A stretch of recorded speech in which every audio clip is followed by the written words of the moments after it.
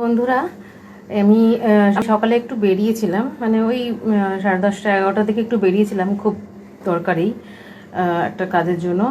তো ফেরার সময় বাজারের সামনে দিয়ে আসছিলাম, তো একটুখানি ঢু মারলাম যে দেখি কিছু ভালো মাছ পাওয়া যায় কিনা। বেলাতে তো যদিও একটু ভালো মাছ থাকে না, মানে গরমকালে একটু নষ্ট নষ্ট হয়, তার মধ্যেও যদি কিছু একটু ভালো পাওয়া যায় সেই আশায়।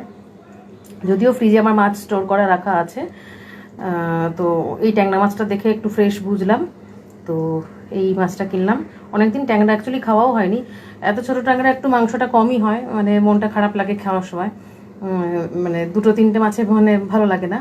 তো যাই হোক, এখন যদিও তো খেতে অত ভালো পারিও না, মানে সেই আগের মতন, মানে মানে একটু বেশি যদি মাছ খাবো তো মানে নাকে আষ্টে লাগে। যাই হোক, তো এখন তো কিছু বডিতে চেঞ্জেস রয়েছে, হরমোনাল চেঞ্জেস রয়েছে। যাই হোক, তো এই 300-350 গ্রাম মতন হয়তো ওজন হয়েছিল।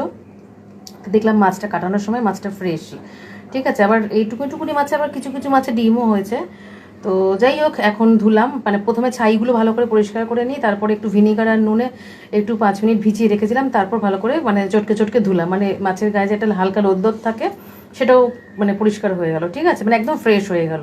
আর এখনকার মাছে একটু ধোয়ার সময় বা নুন হলুদ মাখানোর সময় ওই একটু ভিনিগার বা লেবু দেওয়াটাও উচিত, ঠিক আছে। তো যাই হোক, কিনলাম। তোমাদের কেমন লাগছে? মাছের রংটা দেখে ভালো লাগছে তো? মাছটা কিন্তু ভালো।